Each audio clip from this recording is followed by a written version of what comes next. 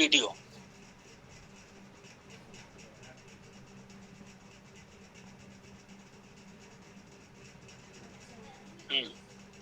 आवाज आ रही है? जी गुरुजी। प्रणाम गुरुजी लोग में ऑफ नहीं कर सकते, कई बार बोलने से बंद नहीं। हाँ,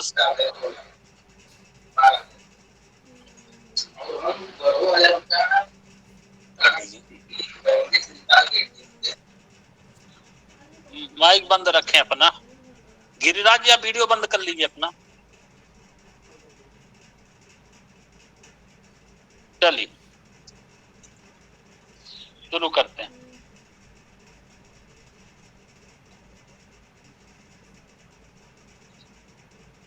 लीजिए।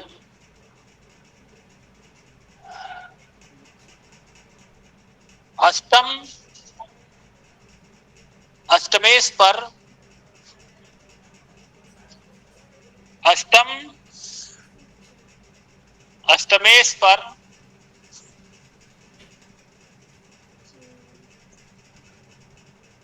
पापक ग्रहों का प्रभाव हो तो अष्टम अष्टमेश पर पाप ग्रहों का प्रभाव हो तो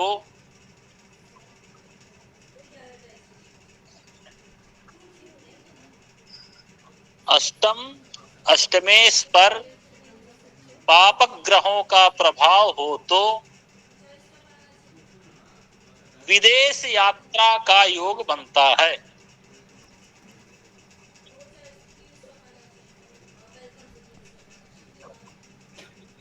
अष्टम अष्टमेश पर पापक ग्रहों का प्रभाव हो तो विदेश यात्रा योग बनता है। क्या लिखे हैं? अष्टम अष्टमेश पर पाप ग्रह का प्रभाव हो तो विदेश यात्रा का योग बनता है। ठीक, बहुत बढ़िया। आइए अब इसको उदाहरण के माध्यम से समझते हैं।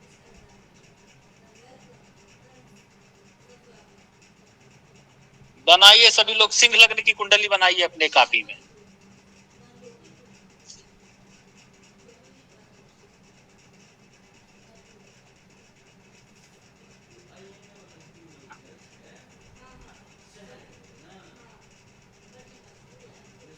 सिंह लग्न की कुंडली बनाइए सब लोग।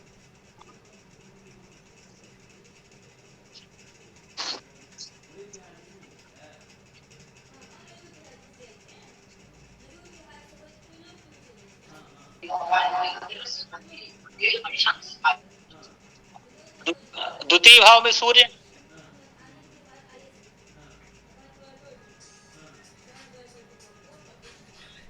तृतीय भाव में शुक्र बुध, यहाँ शुक्र और बुध को कर दीजिए। ठीक। षष्ठ भाव में राहु और चंद्रमा को कर दीजिए। सप्तम भाव में गुरु को कर दीजिए। ठीक। एकादश भाव में शनि को कर दीजिए। द्वादश भाव में केतु और मंगल को कर दीजिए। ठीक। अब फिर स्क्रीन दिख रहा है ना सबको? जी जी गुरुजी। जी गुरुजी। बस अब आते हैं नियम, एक बार फिर देखते हैं। हमने पढ़ा अष्टम अष्टमेश पर पापक ग्रहों का प्रभाव। पापक ग्रहों का प्रभाव कैसे होगा? जब ग्रह साथ में हो जाए या दृष्टि हो जाए। एक और प्रभाव होता है केंद्र स्थिति प्रभाव, उसको हम आगे बताएंगे। फिलहाल अभी हम दृष्टि युति लेंगे। अष्टम अष्टमेश, तो पहले हम अष्टम अष्टमेश पहचाने। अष्टम क्या है? तो ये भाव जो है ये अष्टम भाव है, जानते हैं। और अष्टम भाव में कौन सी राशि लिखी है? 12 लिखा है। तो 12 लिखा है तो चूंकि 12वीं राशि मीन है तो मीन का स्वामी गुरु अष्टमेश हो जाएगा। तो अष्टमेश कौन हो गया? गुरु। अब इसमें हमको पापक ग्रहों का प्रभाव देखना है, तो पहले आते हैं अष्टम पे। तो हमने दृष्टि बताया था सबको। ठीक। तो सूर्य द्वितीय भाव में बैठा है, तो सूर्य चूंकि शुभ ग्रह शुभ ग्रह पापक ग्रह भी बताया था आपको, ठीक है। अब सूर्य चूंकि पापक ग्रह द्वितीय भाव में बैठा है, तो द्वितीय भाव से अपनी सप्तम दृष्टि से अष्टम भाव को देख रहा है। ये सब लोग जानते हैं, कोई डाउट नहीं होना चाहिए। दृष्टि पढ़ा है आपने और जानते हैं सूर्य पापक ग्रह, ये भी पढ़ा है आपने, ठीक है। जो नहीं पढ़े हैं क्लास मिस है, अब उनके लिए भी बताया गया है। 2 दिन उनके लिए भी क्लास रखी गई थी, तो भी जान गए होंगे।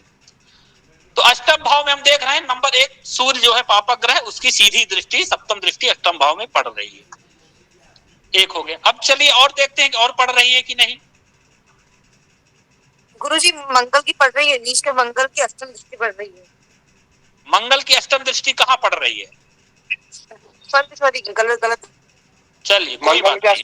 मंगल की अष्टम दृष्टि गुरु के ऊपर पड़ रही है, गुरु पर पड़ रही है, अष्टमेश होकर बैठा। शांत रहे, ठीक है, बंद रखिए माइक, शनि की दृष्टि पड़ रही है गुरुजी। बंद रखिए।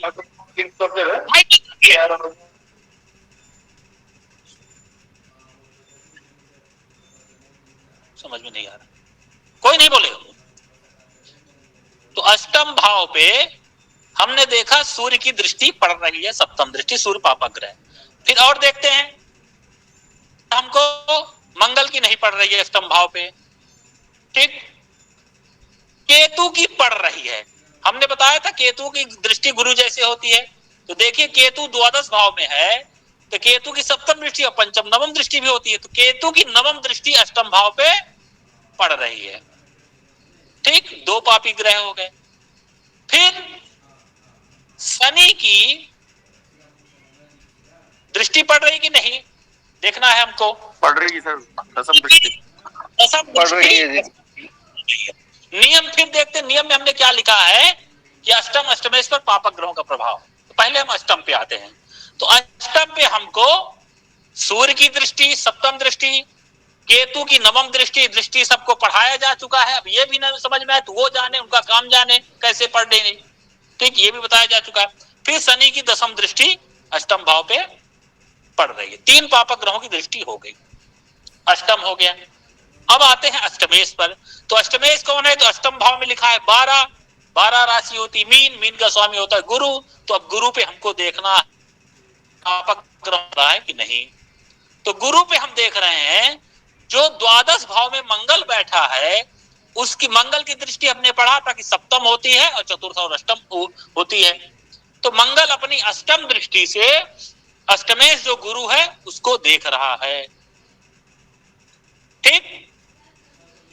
इस तरह से हम देख रहे हैं कि अष्टम अष्टमेश पर पापक ग्रहों का प्रभाव हो रहा है। दोनों में हो तो और बढ़िया, एक में हो तो थोड़ा कम कह सकते हैं। सामान्य व्यक्ति के लिए तो दोनों में चाहिए। अब जिनका विदेशों में संपर्क है, नात रिश्तेदार वगैरह सब परिवार है, तो उनके लिए तो एक योग भी रहेगा, चलेगा। तो अष्टम अष्टमेश पे दोनों पे हम पापक ग्रहों का प्रभाव देखेंगे। तो यहाँ पे हम कुंडली लिए, ये व्यक्ति है जो विदेश में जाकर के पढ़ाई की। हाँ, अब किस लिए विदेश जाएगा? पढ़ने जाएगा, घूमने जाएगा, बिजनेस के लिए जाएगा, नौकरी करने जाएगा या हनीमून मनाने जाएगा, किस लिए? ये समय रहेगा तो आगे हम पढ़ेंगे। फिलहाल विदेश यात्रा है। अब यहाँ पे ये बात आई कि अष्टम भाव क्यों लिया गया? अष्टम तो मृत्यु का स्थान होता है, ये विदेश के लिए क्यों लिया गया?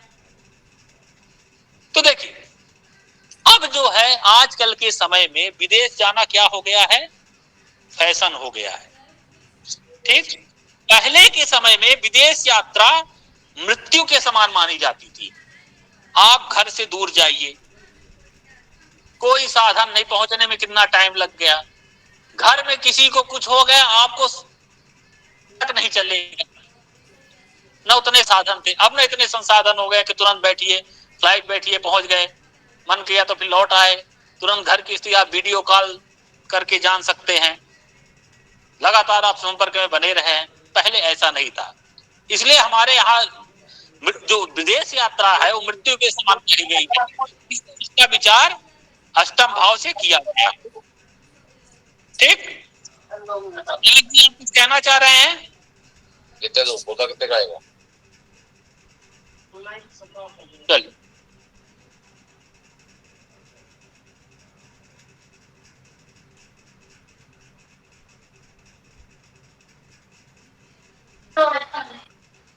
हाँ, इसलिए अष्टम का जो है, जो मृत्यु का स्थान है, वहां से हमारे यहाँ विदेश यात्रा का विचार किया गया, क्योंकि पहले बहुत कठिन होता था विदेश, घर से दूर, परिवार से दूर है, कोई संसाधन नहीं, तो घर से दूर ये मृत्यु के समान ही माना जाता था। इसलिए वो विदेश का विचार, विदेश यात्रा का विचार अष्टम भाव से किया गया, और करते हैं, उसकी चर्चा करते हैं। आज के समय में ये भले फैशन बन गया हो, 2-3 लोग जुड़े हैं विदेश से, विक्रम जी हो गए, प्राची जी हो गई, ये सब विदेश से जुड़ी हैं, तो जान नहीं कितना सरल हो गया है, पहले बहुत कठिन था। अब लिख लीजिए, भाग्येश और द्वादशेश, भाग्येश और द्वादशेश चर राशि में हो तो विदेश यात्रा का योग बनता है। गुरुजी एक बार रिपीट कर दीजिए। भाग्येश या द्वादशेश,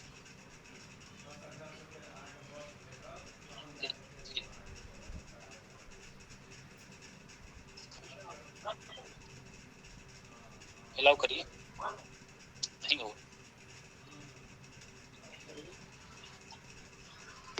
भाग्येश और द्वादशेश चर राशि में हो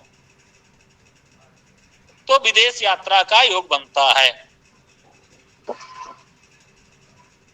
ठीक, दोनों में से, दोनों हो तो ठीक है, नहीं दोनों में से एक भी हो तो ये भी विदेश यात्रा का योग बनाता है।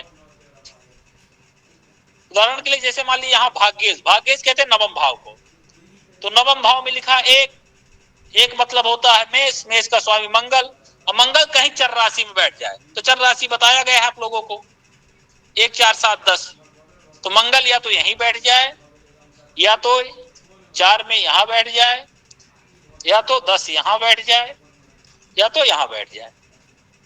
तो अगर मंगल आपको चर राशि में बैठा दिखाई दे तो भी आप कह सकते हैं विदेश यात्रा का योग।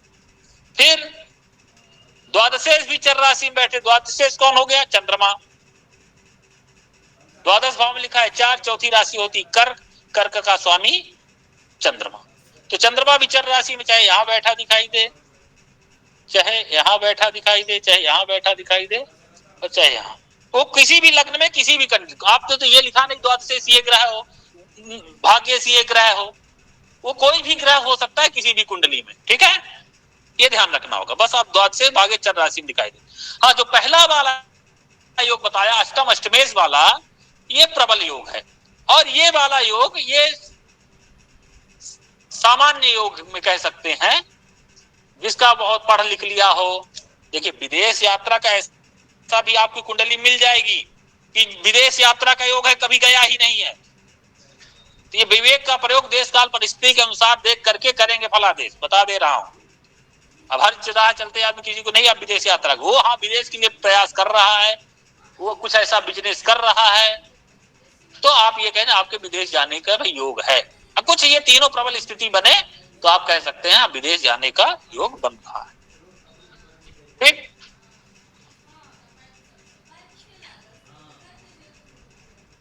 इसमें क्या प्रश्न?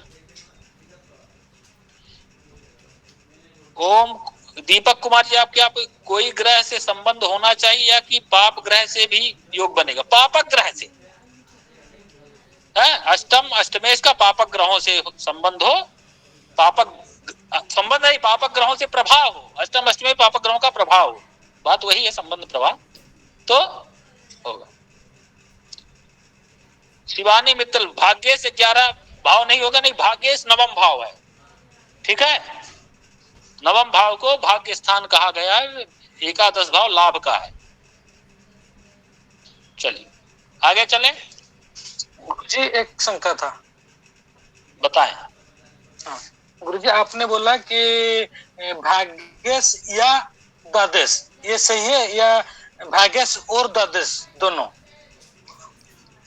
दोनों हो जाए तो और बढ़िया, दोनों में एक हो जाए तो वो भी ठीक। जी गुरुदेव। एक हो जाए और बढ़िया। लग्न से विचार किया जाएगा। सब लग्न कुंडली का ही पढ़ा रहा हूं, वो भी गोचर की मैं चर्चा नहीं कर रहा हूं। गोचर का भी नाम मत लीजिए, खुद कंफ्यूज होकर दूसरों को कंफ्यूज मत करिए। लग्न कुंडली से ही चल रहे हैं योग, ठीक है। लग्न कुंडली में ही आपको देखना है। चलिए अब आगे चलते हैं, समझ गए होंगे। लिखिए, यदि किसी पुरुष का जन्म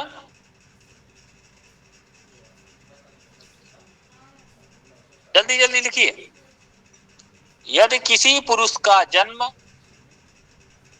दिन में हो,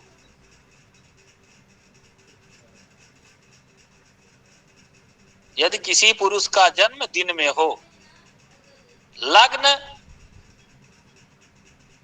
सूर्य तथा चंद्र तीनों, यदि किसी पुरुष का जन्म दिन में हो, लग्न सूर्य तथा चंद्र तीनों विषम राशि में स्थित हो,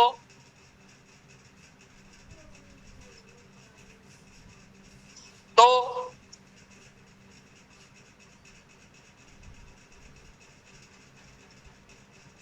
महाभाग्य योग होता है। गुरुजी एक बार यदि किसी पुरुष का जन्म दिन में हो, लग्न सूर्य चंद्र तीनों विषम राशि में हो, तो लिख लीजिए, स्क्रीन दिख रहा होगा, महाभाग्य योग होता है। ठीक। अब देखिए, लिख लिया सब लोगों ने? जी गुरुजी। गुरुजी। पढ़े क्या लिखे हैं?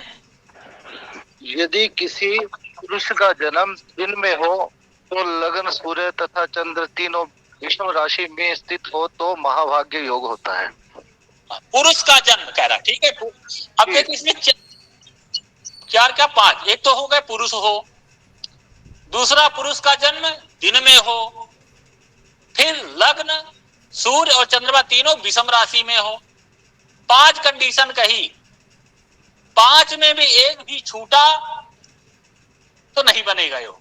पोलियो कहता है ना, एक भी बच्चा छूटा सुरक्षा चक्र टूटा। ठीक उसी तरह पुरुष हो तो पुरुष का जन्म दिन में हो, जैसे सूर्य चंद्रमा लग्न तीनों विषम राशि में। मान लीजिए पुरुष की कुंडली है, पुरुष का जन्म दिन में हो गया, लग्न आपको विषम दिख रही है, ये होता है लग्न। ठीक, यहां आपको विषम दिख रही 5 लिखा है, तो चलिए पुरुष हो गया, लग्न 5 हो गया। चंद्रमा को यहां बैठा दीजिए, विषम में हो गया। सूर्य भी मान लीजिए यहां बैठ जाए, तो आप क्या देख रहे हैं कि सूर्य चंद्रमा लग्न और पुरुष का जन्म दिन में है, ये तीनों जो है सब विषम राशि में। पुरुष का जन्म है दिन। अच्छा एक बात और उसके पहले समझ लीजिए, सूर्य की स्थिति से कुंडली में हम बता सकते हैं कि जन्म दिन में है या रात्रि में है, शॉर्टकट तरीका से। जैसे ये देखिए, आप लोग अपनी कुंडली में भी देख सकते हैं। ठीक, जैसे मान लीजिए किसी के कुंडली में सूर्य यहां है, तो कहीं ना कहीं ये जन्म सूर्योदय के आसपास ही हुआ होगा। अगर 2-2 घंटे का लग्न मान ले हम, तो यहाँ 6 से 7-8 बजे तक यहाँ किसी कुंडली में सूर्य बैठा है, तो जान लेंगे 7-8-9 बजे का जन्म होगा। यहाँ अगर सूर्य बैठा है, तो मैं वही जान लेंगे मध्यम मान से कि ये 9-10 11 बजे के आसपास। यहाँ सूर्य बैठा है तो जान लेंगे हम दोपहर का जन्म है। यहाँ अगर सूर्य बैठा है तो दोपहर के बाद वही 1-2 बजे का जन्म है, 2-3 बजे तक कह सकते हैं। यहाँ सूर्य बैठा है तो मान लीजिए यहाँ जन्म जो है शाम को 3 से 5 बजे के बीच का होगा। यहाँ अगर किसी कुंडली में सूर्य बैठा है तो समझ सकते हैं सूर्यास्त के आसपास का जन्म है। फिर ऐसे चलते जाएंगे, ये सूर्यास्त के बाद का, फिर ये रात के 8-9-10 बजे का, ये मध्य रात्रि का सूर्य हो। अगर किसी कुंडली में यहाँ बैठा है तो देख सकते हैं आप लोग अपनी कुंडली में, किसी को याद हो, किसी मान लीजिए सूर्य चतुर्थ भाव में बैठा हो तो आप जान जाएंगे कि ये मत ठीक।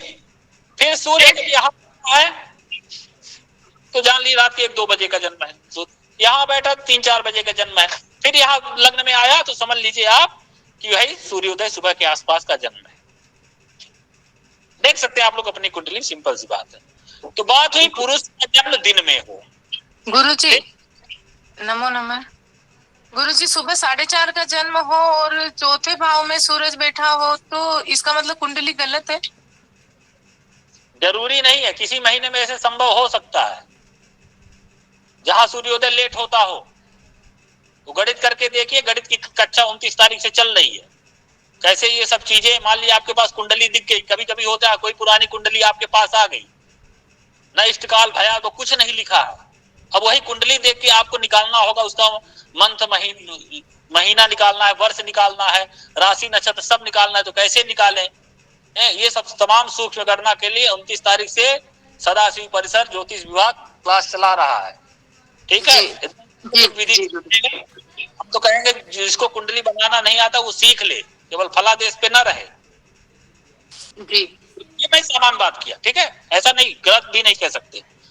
किस महीने में कहा कैसे सूर्योदय, वो बात की बात, तभी मैं एक शॉर्टकट आपको तरीका बताया। तो ये देखिए, पुरुष का जन्म है दिन में, मान लीजिए सूर्य यहाँ बैठा है तो सीधी बात है दिन में जन्म है। चंद्रमा भी मान लीजिए विषम राशि में बैठ गया, कहीं भी यहीं बैठ गया, ठीक, लग्न विषम का है, तो ये महाभाग्य योग हो गया। पुरुष का जन्म है दिन में है, लग्न भी विषम में है, सूर्य भी विषम राशि में है और चंद्रमा भी विषम राशि में है, तो ये महाभाग्य योग बन गया। फिर अब स्त्री की कुंडली में इसी का उल्टा कर दीजिए, सारी चीजें उल्टी। देखिए, स्त्री का जन्म यदि रात्रि में हुआ हो, यदि किसी स्त्री का जन्म रात्रि में हुआ हो,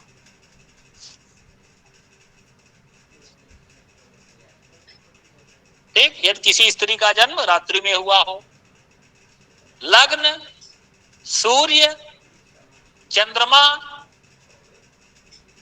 तीनों सम राशि में हो, लग्न सूर्य चंद्रमा तीनों सम राशि में हो, यदि किसी स्त्री का जन्म रात्रि में हुआ हो, लग्न सूर्य चंद्रमा तीनों सम राशि में स्थित हो, तो महाभाग्य योग बनता है। इसका फल बताते हैं क्या होता है, क्या लिखे हैं बताइए, कोई पढ़िए। यदि किसी स्त्री का जन्म रात्रि में हो, लग्न सूर्य व चंद्रमा तीनों सम राशि में हो, तो महाभाग्य योग बनता है। ठीक, बहुत बढ़िया। ये देखिए कुंडली, देखिए ये शुक्र बैठा है यहाँ पे, यहाँ चंद्रमा, यहाँ गुरु और यहाँ केतु, ठीक। अब देखिए ये स्त्री की कुंडली है, ठीक है, तो स्त्री कुंडली आप सूर्य से अंदाजा लगा सकते हैं कि रात्रि में जन्म हुआ है, सूर्य पंचम भाव में बैठा है, ठीक, लग्न सम राशि में है, चंद्रमा सम राशि में है और सूर्य भी सम राशि में है, स्त्री की कुंडली है और जन्म रात्रि में भी हुआ है, पांचों चीज। अब ये नहीं कि स्त्री की कुंडली हो, सूर्य चंद्रमा दिन में जन्म हो, सूर्य चंद्रमा लग्न तीनों सम राशि में बैठे हो, अगर स्त्री कुंडली है, अगर जन्म दिन में हो गया तब नहीं बनेगा, जान लीजिए। एक भी चीजें इधर से उधर नहीं होनी चाहिए। मान लिया और सारी चीजें मिल रही, बस स्त्री का जन्म दिन में हो गया, लग्न भी समराशि हो गया, चंद्रमा भी समराशि में हो गया, सूर्य भी समराशि में हो गया, तब भी नहीं बनेगा, ये ध्यान रखना है। स्त्री का जन्म कहा रात्रि, तो रात्रि, लग्न सूर्य और स्त्री ही तो स्त्री ही, ये नहीं कि पुरुष का जन्म रात्रि में हो गया, लग्न सूर्य चंद्रमा सब भी समराशि हो गए, तब भी नहीं बनेगा। स्त्री तो स्त्री, रात्रि तो रात्रि, सम तो सम, ठीक। तब देखिए ये स्त्री कुंडली है, रात्रि में जन्म हुआ है, लग्न समराशि में है, चंद्रमा भी समराशि में है और सूर्य भी समराशि में है, रात्रि का जन्म है ही, तो ये महाभाग्य योग बना रहा है। ये महाभाग्य लिख लीजिए, इसका फल क्या है? महान भाग्य की प्राप्ति होती है। महान भाग्य और धन की प्राप्ति होती है। इसका फल है दोनों, पुरुष और स्त्री दोनों की। क्या है? महान भाग्य और धन की प्राप्ति होती, मतलब भाग्यवान, भौतिक संसाधनों से युक्त। राजयोग में आता है, राजयोग मतलब भौतिक संसाधनों से युक्त, धन के वान होता है। अब इसी कुंडली की देख ली, एक कुंडली जो है भारत के प्रथम महिला प्रधानमंत्री कुंडली है, जिन्होंने इमरजेंसी लगाया। तभी कल परसों मोदी जी मन की बात में जिक्र भी किए थे इमरजेंसी की। भारत के प्रथम महिला प्रधानमंत्री का है, और ज्यादा नहीं बताऊंगा, नहीं आप लोग समझ जाएंगे कि मैं इंदिरा गांधी की कुंडली की बात कर रहा हूं।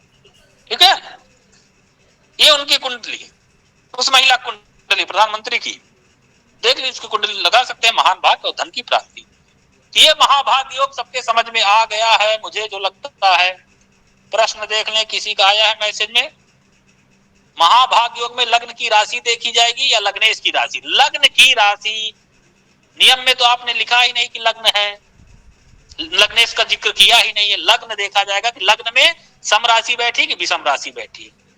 एक ही भाव में कुंभ राशि में हाउस में लग्नेश सूर्य और चंद्र हो तो महाभाग्य योग बनेगा। एक ही भाव में कुंभ राशि में, हाँ वो दिक्कत नहीं। अगर जो देखिए नौ भाव में कहीं भी बैठ जाए, नियम होना चाहिए। नौ भाव में अगर जो पुरुष का जन्म हो, नौ भाव में विषम राशि हो, उसमें सूर्य भी बैठ गया, चंद्रमा भी बैठ गया, और लग्न भी विषम है, पुरुष का जन्म है दिन में, तो बन जाएगा, उससे कोई दिक्कत नहीं। ठीक है, हाँ। माता पार्वती जी समझ गई आप? सर फिर से बोलिए सर, फिर से लिखवाइए सर। फिर से क्यों लिखवाएं? आपने नहीं लिखा? लिखा है सर और छूट गया शायद। कैसे छूट गया? नहीं, लेट आया। यही वाला जो आपने लास्ट में बताया वो वाला बताइए। क्या लास्ट में बताया मैंने? यही जो आपने बताया, आपने एक ही नवम भाव के अंदर। वो किसी का इनबॉक्स में प्रश्न आया है, हम गणेश जी हैं, हमारी माता जी पार्वती बनारस से हैं, उनका प्रश्न आया है। हाँ। तो उनमें मैं बता रहा हूँ। ठीक है, अच्छा ठीक। चलिए, उत्तरा जी में आप में योग बन रहा है। ठीक है, चलिए, समझ में आ गया? हमको लगता है सरल है। आगे चलते हैं, किसी को जिज्ञासा नहीं है हमको लगता है। ठीक है, अब और एक कुछ सरल योग पढ़ लेते हैं जल्दी से। देखिए कितने सरल सरल योग हैं, आपको कुंडली में मिल जाएगी। गुरुजी एक बात पूछनी थी, जो आपने अभी ये महाभाग्य योग के बारे में बताया है, अगर इसमें मान लो कि सूर्य चंद्रमा विषम राशि में होकर अगर लग्न में ही बैठ जाए दोनों ग्रह के साथ में, तो भी बनेगा क्या योग? किसके, पुरुष की कि स्त्री? पुरुष की कुंडली में या स्त्री कुंडली में विषम राशि में सूर्य चंद्रमा लग्न में ही बैठ जाए तो भी बन जाएगा ना योग?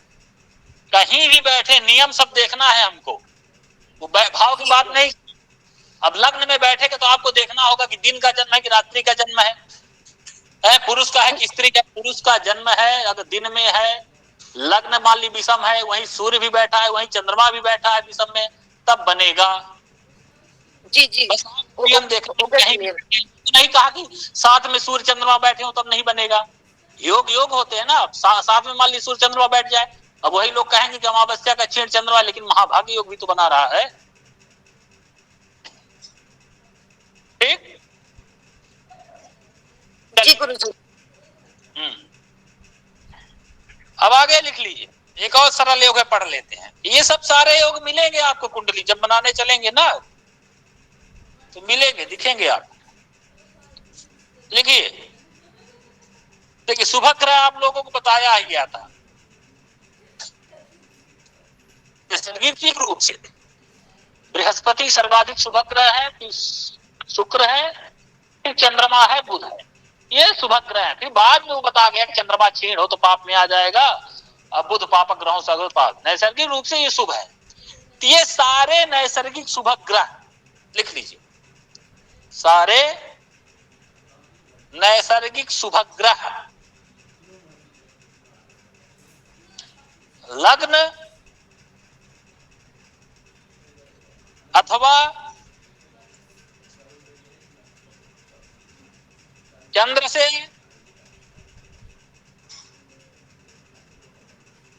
सारे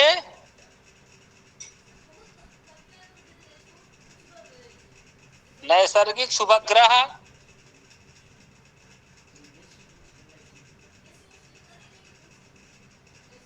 लग्न अथवा चंद्र से उपचय स्थान में हो। सारे नैसर्गिक शुभ ग्रह लग्न अथवा चंद्र से उपचय स्थान में हो तो वसुमत योग बनता है। वसुमत या बसुमती,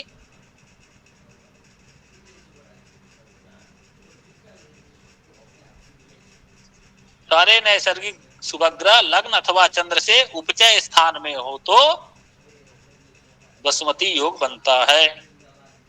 अब ये उपचय स्थान आप लोगों को पढ़ाया गया था 3, 6, 10, 11।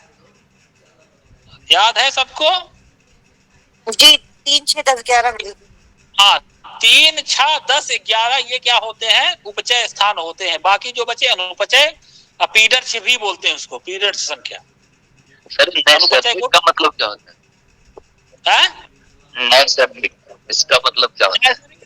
नैसर्गिक का मतलब वास्तविक। Okay, thank you. वास्तविक रूप से आप हैं क्या, शुभ हैं कि अशुभ हैं? Okay sir, okay, thank you sir. हाँ, तो नैसर्गिक रूप से आप क्या हैं, शुभ हैं कि अशुभ हैं, ये ऐसे तो ये होता है। अब आते हैं, समझते हैं इस योग को। सरल है, लग्न अथवा चंद्र दोनों से हो जाता। वो न कर रहे हैं, चलिए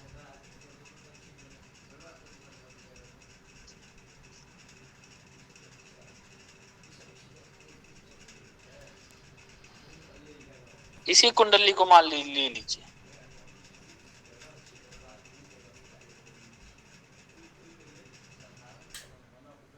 अब मान लीजिए यहाँ गुरु हो गया, यहाँ चंद्रमा हो गया, बुध हो गया, शुक्र यहाँ हो गया। तो अब आप क्या देख रहे हैं कि जो शुभ ग्रह है चंद्रमा, गुरु, शुक्र, बुध उपचय भाव में है, मतलब 6, 10, 11 उपचय में है ना। 3 में मान लीजिए नहीं, ऐसी स्थिति हो कि नहीं? चारों उपचय में क्या है? 4 भाव है। तो 4 भाव में देखिए ऐसी स्थिति 2 बन सकती है, यहाँ दशम 11 में बन सकती है, लेकिन अन्य जगह नहीं बन सकती। तो या तो 4 में से चारों में हो जाए, या 3 में हो जाए, या 2 में भी सिमट हो जाए। बस आपको देखे शुभ ग्रह लग्न से उपचय में हो। तो यहाँ देख रहे हैं 6ठे में चंद्रमा है, दशम में बुध गुरु है और एकादश में शुक्र है। तो लग्न से सभी ग्रह उपचय, मतलब 3, 6, 10, 11 में है। 3 में तो नहीं है, 6, 10, 11 जो उपचय होता है 3, 6, 10, 11, उसमें से 3 को छोड़ के 6, 10, 11 उपचय में तो है, इसलिए बन जाएगा। अब मान लीजिए ये ऐसा भी हो सकता है, चंद्रमा को यहां कर दीजिए और गुरु को यहां, बुध को यहां और शुक्र को यहां। तो देख रहे हैं उपचय जो शुभ ग्रह 4 है, ये चंद्रमा से तो लग्न से उपचय में है, तो बसुमती योग बन गया। फिर ऐसा भी बन सकता है, यहां गुरु हो गया, चंद्रमा हो गया, यहां बुध और शुक्र हो गया। ठीक, तब भी बन गया कि उपचय में, मतलब 10, 11 2 ही भाव में, लेकिन है उपचय में, तब बन गया। अब मान लीजिए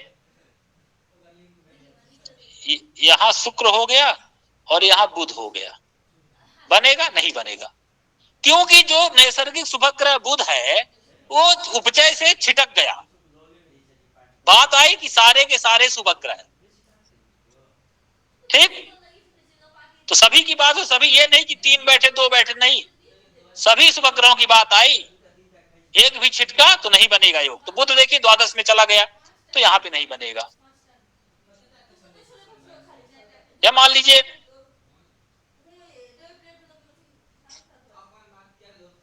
शुक्र तो तीसरे में हो गया, अब बुध जो है यहाँ पे हो गया, तब भी नहीं बनेगा। उपचय में 3 तो है, तीसरे में शुक्र है, 10वें में चंद्रमा और गुरु है, लेकिन बुध तो उपचय में नहीं है ना, बात आई सभी की। तब ऐसी स्थिति में बनेगा। ये तो लग्न से हुआ। अब चंद्रमा से भी बताया। अब जब चंद्रमा से लेंगे तो एक ग्रह तो अपने आप छिटक गया पहले ही, चंद्रमा, कि वो भी शुभ ग्रह से आता है। बात वैसे समझिए, जैसे मान लीजिए कोई राजा है, राजा के अंडर जो है 4 लोग हैं। अब राजा कहीं चला गया, किसी को चार्ज दे गया, तो चारों में से एक कोई बन गया राजा, तो बचे कौन? 3। तो यही हाल यहाँ पे भी है। जब चंद्रमा आ जाएगा, आपने लिखा लग्न अथवा चंद्र से, जैसे अमला योग लिखा था लग्न अथवा चंद्र से, उसी तरह यहाँ पे भी चंद्र से। अब देखेंगे, मान लीजिए चंद्रमा कहीं भी यहाँ हो, अब बचे 3 ग्रह। 3 ग्रह मान लीजिए गुरु यहाँ हो जाए और शुक्र बुध यहाँ हो जाए, तो आप देख रहे हैं चंद्रमा से उपचय भाव में, मतलब चंद्रमा भाई लग्न का उपचय अपना अलग होगा 3, 6, 10, 11, और चंद्रमा का भी उपचय अपना अलग होगा 3, 6, 10, 11। तो चंद्रमा से तीसरे गुरु है और 10वें शुक्र बुध है, तो यहाँ पे ये बन गया बसुमती योग। अब मान लीजिए बुध यहाँ हो गया, हालांकि वहां बुध नहीं होगा, शुक्र बुध आसपास ही रहते हैं। मान लीजिए बुध यही है, गुरु यहाँ पे हो गया, यहाँ ना हो करके गुरु यहाँ हो गया, सॉरी गुरु, ठीक है, तो तब भी नहीं बनेगा। दशम में तो चंद्रवास, दशम में बुध शुक्र है, वो अमला योग बनाएगा, लेकिन बसुमती योग नहीं बनाएगा, क्योंकि गुरु जो शुभ ग्रह है वो उपचय में नहीं है। तो सीधी सी बात है, लग्न अथवा चंद्र से आपको उपचय में दिखे तो आप बसुमती योग कहिए। दोनों से भी बन सकता है तो और बढ़िया।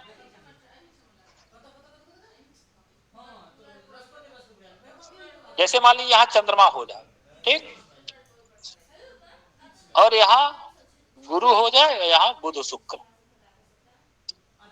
तब क्या कहेंगे, यहाँ पे लग्न और चंद्र दोनों से बन रहा है। बसुमती योग जो है वो लग्न और चंद्रमा दोनों से बन रहा है, ठीक है। तो इस तरह से ये बसुमती योग बनता है। फल जान लीजिए, गुरु जी, उपचय मतलब होता ही है इकट्ठा करना, ठीक है। तो जिसमें ये बसुमती योग होता है, ये भी राजयोग होता है, धन एकत्रित करने वाला जातक। जब बोल रहे हैं तो क्या गुरुजी गुरी कर रहे हैं? जो प्रश्न हो टाइप कर दीजिए, मैं देखता हूं ना। आवाज नहीं आ रही है तो क्या कहना चाह रहे हैं प्रशांत जी, क्या कहना चाह रहे हैं? आपने बोला कि लग्न से उपचय में होना चाहिए, लग्न तो चंद्र बैठ गए, कैसे होगा गुरुजी? लग्न से उपचय हुआ, अब दोनों नियम देखिए ना, अपना दिमाग क्यों लगा रहे? आपने क्या पढ़ा? लग्न से उपचय में शुभ ग्रह हो, तो लग्न से उपचय में शुभ ग्रह है।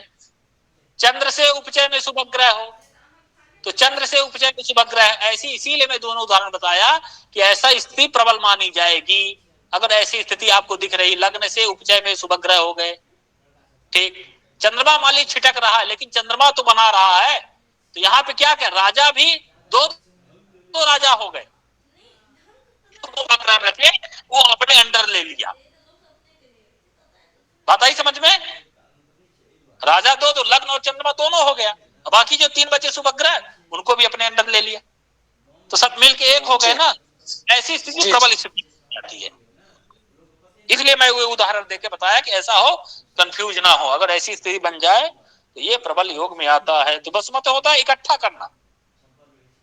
ऐसा व्यक्ति राजयोग मतलब भौतिक संसाधनों से युक्त और पैसा संचय, धन संचय करने वाला होता है। खास करके देखा गया है ऐसे व्यक्तियों में।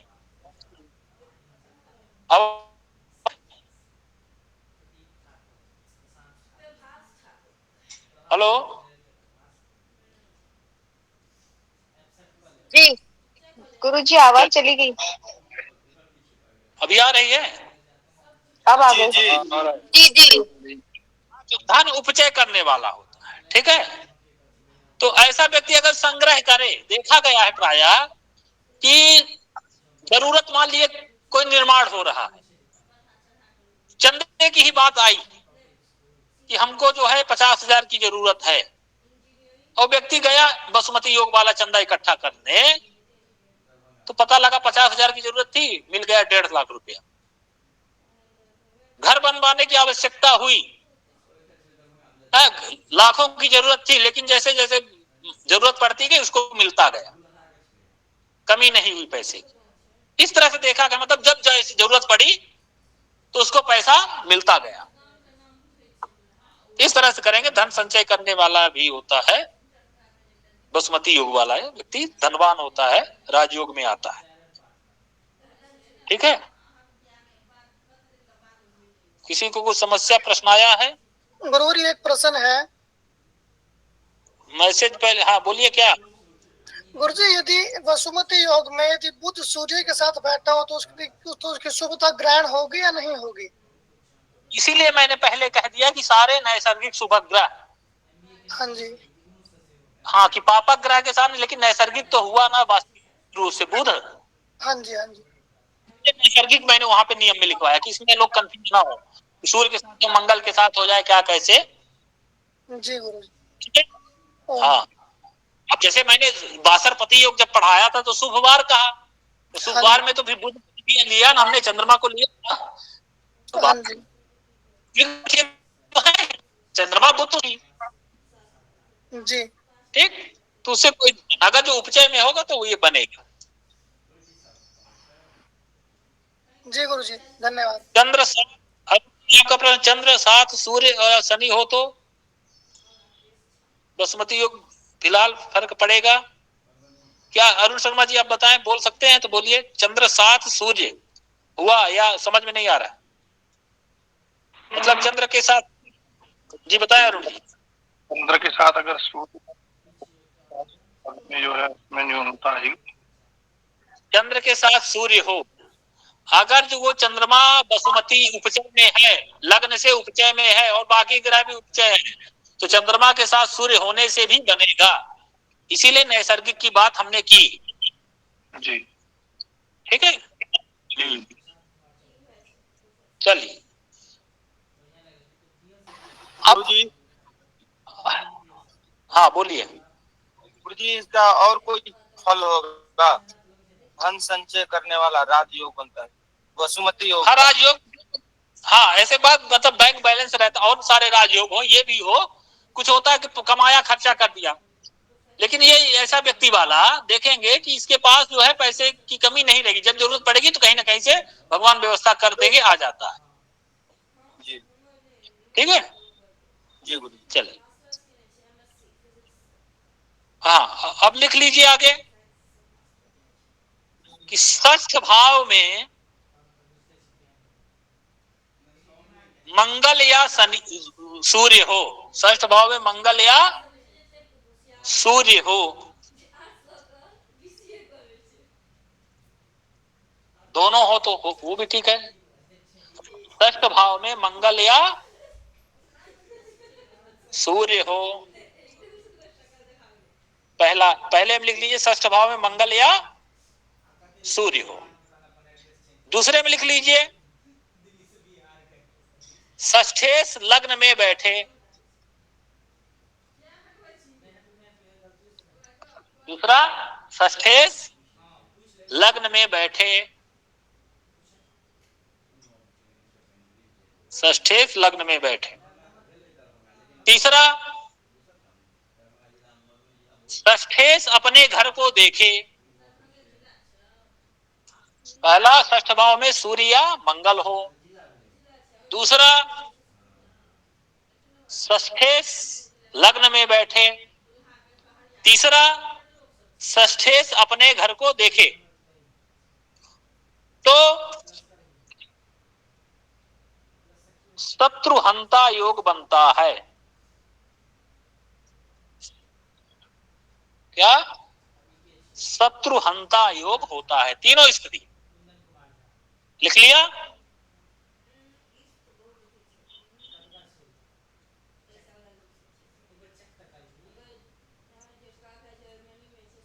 क्या लिखा?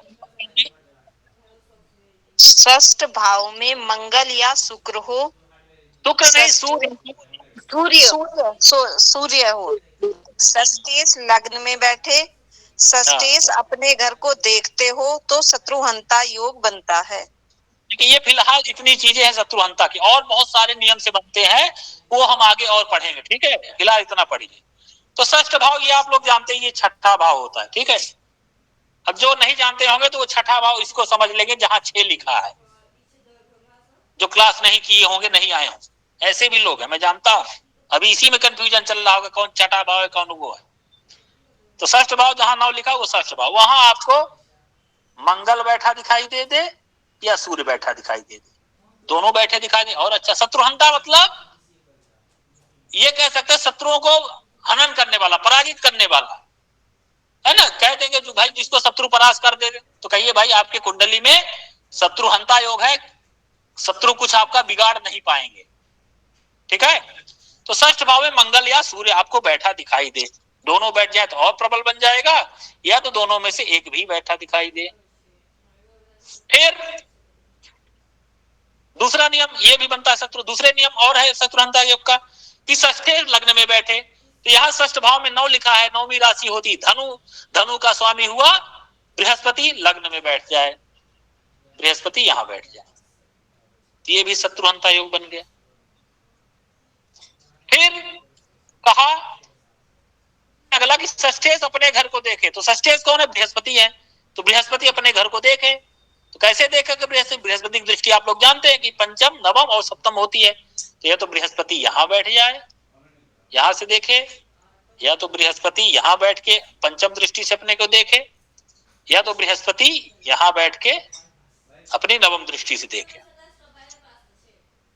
अपने घर को देख रहा है ना बृहस्पति, नवम दृष्टि से यहां देख रहा है, सप्तम दृष्टि से यहां देख रहा है, और पंचम दृष्टि से षष्ठ भाव अपने घर, मतलब षष्ठेश बृहस्पति अपने घर को देख रहा है। अब ये जरूरी नहीं, हमने षष्ठेश तो ग्रह का नाम नहीं लिया, ये कुंडली बनी बनाई दिख गई, इसलिए मैंने इसमें उदाहरण बता दिया। अब वो आप कोई भी कुंडली होती, किसी भी लग्न की हो सकती है, वहां षष्ठेश कोई भी हो सकता है, और वो षष्ठेश अपने घर को देख लेगा तो शत्रुहंता योग बना देगा। ठीक, अब इसी तरह और बहुत सारे शत्रुहंता के योग बनते हैं, आगे जब हम पढ़ेंगे और योग तो उसमें से और योग आएंगे, और उसमें विदेश यात्रा के भी जिक्र होगा, तो वो सब हम क्रमशः धीरे धीरे पढ़ते जाएंगे। ठीक है, शत्रुहंता संबंधी किसी का प्रश्न? मेरा फल क्या होगा दीदी? गुरु जी का फल क्या होगा? इसका फल बताया, तो शत्रुओं को हनन करने वाला, जो नहीं कहते कि हम जजमान आते पूछते कि हमको शत्रु परेशान कर रहे हैं, तो उनको बताइए आप डरिए मत, आपकी कुंडली में शत्रुहंता योग है, शत्रु तो रहेंगे पर लेकिन कुछ बिगाड़ नहीं पाएंगे। ठीक है सर, कुछ छठवें भाग में ही बैठा हो तो, हाँ छठे भाव में मंगल या सूर्य जो है, कहा लग्न पर मार्तंड भौम तनय हरिपक्षनासम, षष्ठ भाव में मंगल या शनि वो सूर्य हो तो शत्रुओं के समूह को नाश करता है, समूह को नाश कर देगा। यहाँ एक तो की बात थी। चलिए थोड़ा यदि षष्ठेश स्वयं छठवें घर में है, मतलब षष्ठम स्थान भाव में है, हाँ ये षष्ठे जब बैठ जाए तो हर से योग बनाता है, या 6, 8, 12 में बैठे तो भी ये करता है, ये मैं इसी लगा के आगे चर्चा करूंगा। षष्ठेश अपने घर में बैठे हर से योग बनाए, या 6, 8, 12 में बैठ जाए तो हर से योग बनाता है, ये भी शत्रुहंता योग में आता है। इसके अलावा जो आगे पढ़ेंगे सरल विमल योग, ये भी जो है शत्रुहंता में आते हैं। हमने कहा इसीलिए अभी केवल इतने का ही जिक्र किया मैंने। सर एक क्वेश्चन, सर जी एक जनरल क्वेश्चन था कि आपने बताया था केतु की पंचम नवम, राहु की पंचम नवम दृष्टि, तो राहु केतु सर सन और मून से बनते हैं, तो इन दोनों की तो 7वीं दृष्टि है, तो हम ये सैद्धांतिक रूप पे कैसे साबित करेंगे? और एक जन्म पत्री आपने निकाली, इसी से मुझे ध्यान आया देखिए केतु बैठा है लग्न में, और जो जन्म पत्री है सर उसी में केतु लग्न में बैठा है। अगर पंचम और नवम दृष्टि है तो इसका मतलब ना तो इसे पिछले पुण्य मिलेंगे, ना इसका भाग्य चमकेगा। और राहु ने भी फिर खत्म कर दिया, एकादश भी खत्म हो गया, त्रेश भी खत्म हो गया। तो क्या ऐसे किसी को हम बिल्कुल कह दें कि तुम्हारा कुछ नहीं बचना, जाओ? ऐसे कैसे कर देंगे? ये आप कहाँ से कैसे कर रहे हैं कि ये कहाँ से आप पढ़ लिए हैं ये सब बातें? नहीं सर, 5 और 9 दृष्टि डाल रहे हैं ना, तो वो देख रहा था मैं। तो केवल आप दृष्टि ही जान रहे हैं इसके बारे में, राहु केतु के बारे में दृष्टि ही, आपको ये नहीं पता यद भावे संयुतौ तत् फलानि लभतो प्रबलेतेषां तमोग्रहो। राहु केतु क्या है? जहां रहे, जिसके साथ रहे वो भी असर करते हैं, ठीक है? जिसके साथ रहेंगे उससे फल देंगे। तो ऐसे हम थोड़ी की दृष्टि से मार उसको हम कह देंगे। सर यहाँ अकेले हैं तो फिर क्या करेंगे? है सर इस वाले उसमें तो अकेले हैं तो क्या करेंगे? अकेले हैं तो क्या करेंगे? हाँ जी, ये हम है नहीं ना। क्या कर रहे हैं आप? इतना सैद्धांतिक इसमें सिद्धांत दृष्टि में कहां से घुसे रहे हैं आप? सैद्धांतिक दृष्टि से दृष्टि का क्या लेना देना? ठीक है सर। नहीं, आप कुछ एक मिनट गुरुदेव क्षमा चाहता हूँ। गुरु जी जो क्लास चला रहे हैं प्लीज क्लास उनके अनुसार चलने दीजिए, बीच में अपनी क्लास कोई बात नहीं। ये कुछ ज्यादा बोल रहे हैं तो ठीक है, आप ये बात आप ये बोलिए, प्रमाण कर दीजिए। और आप सिद्धांत दृष्टि में कहां से घुसे रहे हैं ये भी बताइए ना सबको। अब जो ग्रहों का उच्च नीच हम पढ़ते हैं उसमें सिद्धांत का क्या लेना देना? उसका कोई ग्रह गणित में नहीं प्रयोग होता। जो ग्रहों को उच्च नीच है वो मंदोच्च ग्रोच अलग होता है सूर्य सिद्धांत में, उससे यहाँ उच्च नीच का कोई मतलब नहीं। हमारे ऋषियों ने देखा कि हाँ ये ग्रह इतने अंश पे है, ये परम उच्च मतलब ज्यादा फल दे रहा है, तब कह दिया कि अरे ये अगर सूर्य मेष राशि के 10 अंश पे है कि परम उच्च बहुत अच्छा फल दे रहा है। गुरु जी केतु या राहु बैठेंगे तो किसी न किसी राशि में तो बैठेंगे ही ना, तो राशि के जो स्वामी है उनका तो असर उनपे रहेगा ही ना। अभी आगे पढ़ेंगे, अब ऐसे पढ़ेंगे। देखिए अब जैसे यहाँ पे हम घबरा जाते हैं आप लोग, ये बात हम आगे पढ़ने वाले थे। जैसे देखिए यहाँ पे शनि, ठीक है, शनि को हम क्या कहेंगे? शनि केतु अधिष्ठित राशि का स्वामी है। केतु अधिष्ठित मतलब केतु जो है शनि की राशि में बैठा है कि नहीं बैठा है? इसको बोलते हैं शनि केतु अधिष्ठित राशि का स्वामी है। मतलब अब शनि क्या कराएगा? केतु के अनुसार कराएगा। कैसे? जैसे मान लीजिए उदाहरण के लिए आप फिल्म देखते होंगे, फिल्मों में क्या होता है कि जो विलेन होता है वो हीरो की फैमिली के किसी भी मेंबर को जो कनपटी में बंदूक लगा लेता है और हीरो को कहता तुम ये काम करो, है कि नहीं? वही बात यहां होगी। केतु बैठ गया कहां? शनि की राशि में। अब शनि को क्या कहेंगे? शनि क्या है? केतु अधिष्ठित राशि का स्वामी। फिर आगे कहेंगे मंगल और चंद्रमा अधिष्ठित राशि का भी स्वामी शनि है। इन दोनों का क्या फल होगा वो हम आगे चर्चा करेंगे फलादेश में, ठीक है? तो थोड़ा लंबा विषय इसलिए उसको अभी छेड़ नहीं रहा हूं। ऐसे जब धीरे धीरे हमारी बुद्धि वो सब हम आगे जिक्र करेंगे। गुरुजी हाँ सर, षष्ठेश में खुद का ही वो बैठा हो ग्रह तो बनेगा? बिल्कुल बनेगा, वो हर्ष योग में आता है। हमने कहा ना षष्ठेश अपने जैसे हम बुध अपने ही घर में, षष्ठेश बुध अपने ही घर में बैठ जाए वो हर्ष योग बनाता है, वो राजयोग में आ जाता है, ठीक है? वो आगे हम पढ़ेंगे, अवादि योग जब पढ़ेंगे हम तो आएगा आगे। इसीलिए हमने जब ये शत्रुहंता योग आप लोगों को लिखवाया, हमने कहा ना कि अभी और प्रकार से बनते हैं। विदेश यात्रा भी आज हमने पढ़ाया, हम और आगे क्या मिलेगा विदेश यात्रा योग। अब हाँ विदेश में रहने का भी योग कि व्यक्ति अपने पराश्रम से बनाएगा। वही चतुर्थेश अगर द्वादश में बैठ जाए तो व्यक्ति पिता के सहयोग से विदेश में घर बनाएगा। चतुर्थेश अगर जो अष्टम में बैठ जाए तो अपने कर्मों के द्वारा अपने पराक्रम से वो विदेश में घर बनाएगा। विदेश जाके लोग ये भी पूछते हैं ना कि हमारा वहां परमानेंट रहने का है कि नहीं है, कि हम चले जाएंगे क्या कैसे, ठीक है? ये सारी चीजें हैं। तो अभी मैं उस स्तर का नहीं ले जा रहा हूँ, नहीं तो बहुत लोग उसमें जो है नहीं समझ में आएगी, इसलिए मैं धीरे धीरे शुरू कर रहा हूँ, वहां तक मैं पहुंच रहा हूँ। आगे देखिए कि कहां तक मैं जाता हूँ, ठीक है? मुझे एक निवेदन और है मेरा, आप धैर्य बनाए रखें बस। गुरु जी ये निवेदन है कि विषय से इधर किसी भी प्रकार का क्वेश्चन नहीं लेनी, तो पढ़ाने वाला जो एक वो होता है लाइन, वो टूट जाती है, फिर बाकी सबका नुकसान हो जाता है। वही तो, अब कुछ लोग हैं जो थोड़ा बहुत मैं भी एक टीचर हूँ, मैं क्लास में पढ़ाता हूँ, तो बड़ा गुस्सा आता है जब कोई बच्चा विषय से अदर क्वेश्चन पूछता है, उसको बाद में जिज्ञासा हाँ, वो आधी गगरी जो है थोड़ा छलकती ज्यादा है, इसलिए कोई बात नहीं, होना चाहिए, उसी में वो तरह की बातें आती। चलिए अब इसी में थोड़ा प्रैक्टिस कर लेते हैं कि अभी जो हम पढ़े हैं उसमें से कौन योग बन रहा है। ठीक है, तो एक आदमी है बता सकता है जो सारे योग, कोई एक आदमी आए तो मैं बताऊं जो सारे योग बताने की क्षमता रखता हो, जो अभी तक पढ़े हैं। प्रियांश जी बताएंगे आप? जी गुरु जी। बहुत बढ़िया, आइए जल्दी जल्दी बताइए, 3 मिनट बचा है। जिसमें केदार योग है। केदार योग कैसे, ये भी दर्शकों को बताइए। जी गुरु जी, लग्न से चारों भाव में सारे ग्रह हैं, मतलब कुंडली में 4 भाव में सारे ग्रह होने के नाते केदार योग है गुरु जी। बहुत बढ़िया, नेक्स्ट। और गुरु जी सूर्य से चंद्रमा केंद्र में है, तो इसमें अधम योग भी है गुरु जी। ठीक, बहुत बढ़िया। और देख है गुरु जी,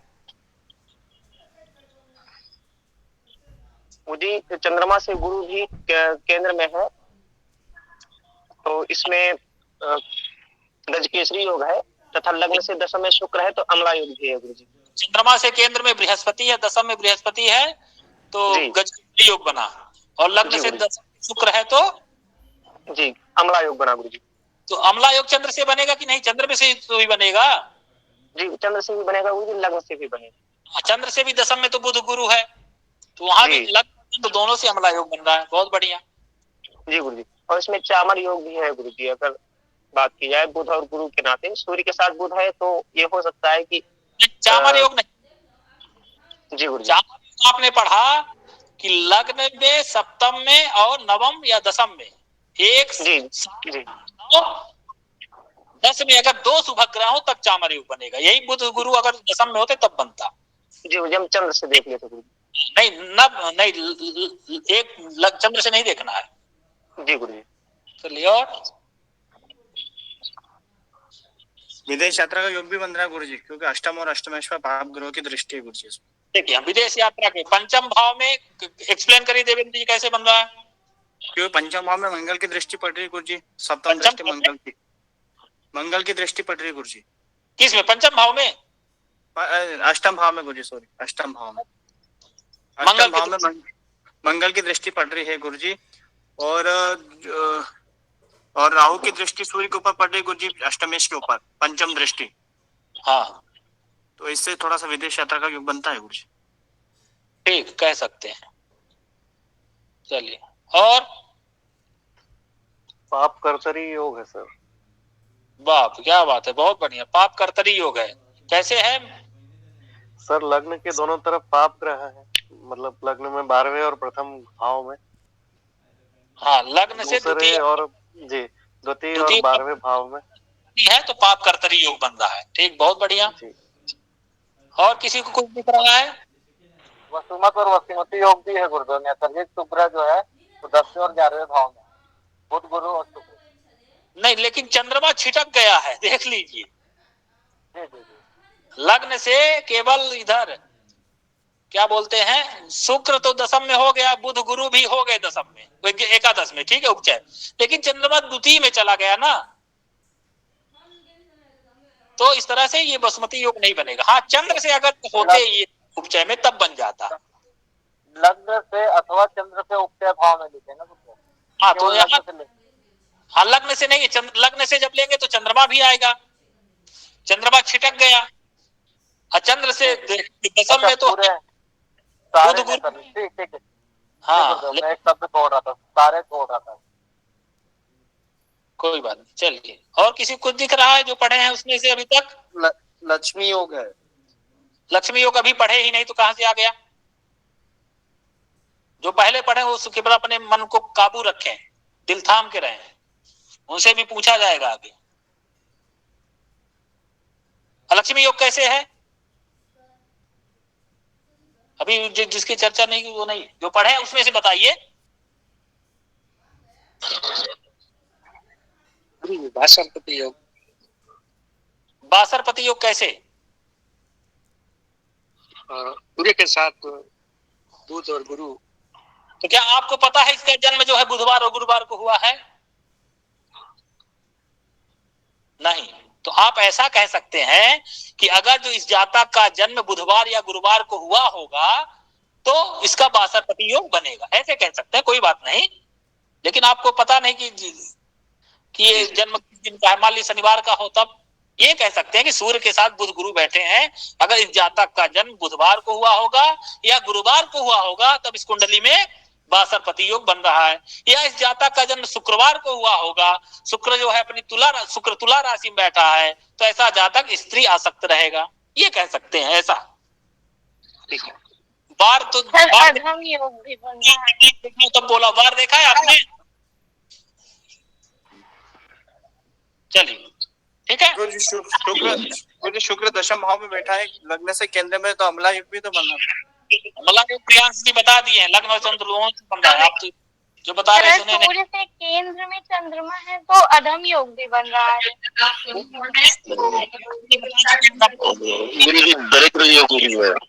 दरिद्र योग गुरु जी बना है।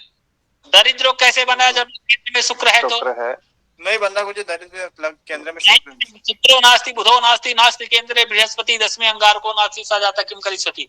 दसम भाव में शुक्र है ना, तो दरिद्र योग नहीं बनेगा। गुरुजी चंद्रादि योग। चंद्रादि योग कैसे? चंद्र से छठे सातवें आठवें भाव में शुक्र शुभ ग्रह दिख रहे हैं। चंद्रमा से छठे सातवें आठवें में शुभ ग्रह दिख रहे हैं। हाँ जी, सातवें आठ नहीं गलत है। ये कह सकते हैं अभ्यास की दृष्टि से चंद्रादि योग नहीं बन रहा है। क्यों नहीं? कि चंद्रमा से छठे सातवें आठवें शुभ ग्रह नहीं है, तो चंद्रादि योग नहीं बन रहा है, ऐसा कह सकते हैं। ये कह सकते हैं योग नहीं बन रहा, चंद्रमा से छठे आठ में बृहस्पति नहीं है।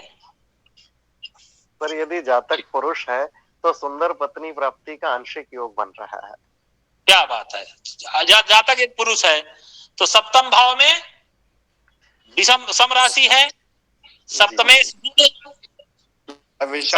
सप्तमेश नहीं है, सप्तमेश चंद्रमा विषम में है। चंद्रमा लेकिन इसको छोड़ के बाकी दोनों कंडीशंस पूरी हो रही है। वो भी विषम में बैठा है, गुरु सम में है, तो इसलिए नहीं। अब स्त्री कुंडली होता तो सप्तम में सप्तम में विषम में है और पति का काम में, तो थोड़ा तो बन जाएगा। अभ्यास करना है कुंडली खोल करके। अभ्यास नहीं करेंगे तो कोई मतलब नहीं रह जाएगा पढ़ने का, ये जान लीजिए। अभ्यास करिए, फिर देखिए आप क्या क्या सीखते जा रहे हैं। चलिए ठीक है, आज के लिए इतना ही। हाँ, सबको सूचना दे देता हूं, कल विश्वविद्यालय की छुट्टी, यहाँ रथ यात्रा है ना, तो करीब 10-15 लाख लोगों को भीड़ रहती है, इसलिए जो है कल नेटवर्क भी ठीक से काम नहीं करे, इसलिए कल जो है विश्वविद्यालय की छुट्टी होने से आप लोगों का भी अवकाश रहेगा। परसों से फिर हम जुड़ेंगे इसी समय, ठीक है?